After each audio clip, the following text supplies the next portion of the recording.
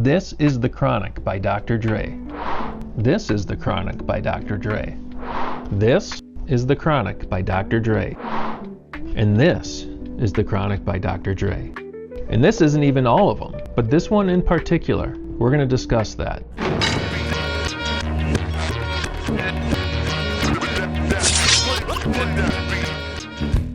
Of course, this is Dr. Dre's masterpiece, The Chronic, but it's the DPG Smoke Me Out edition.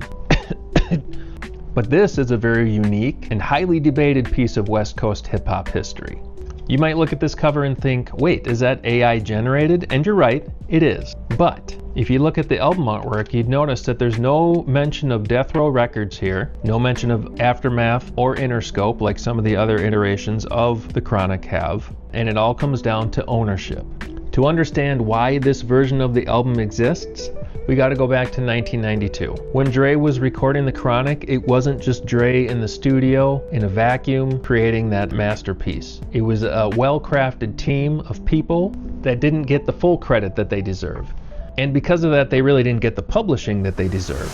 I'm talking about mastermind lyricists and producers like the D.O.C, RBX, Warren G, and the very young Daz Dillinger. Now back then, Daz was really soaking it in and learning a lot from Dre, but he also contributed heavily to the music and consequently didn't get credited for a lot of those contributions and thus was never paid for them. I mean, think about the millions of copies that this album has sold and streamed over the last 3 decades, and all of that has missed royalties and publishing payments that Daz could have been getting in on. So Daz learned a hard, expensive lesson about the music business early on. This release is really his way of taking his power back and taking his piece of the legacy, because the only way to get this album is through Daz's web store. I'll throw a link in the description. It starts at $50, but I'll tell you what, my peace of mind knowing that a majority, if not all of that, is going to Daz makes me feel good. And not only that, comes autographed, but personalized.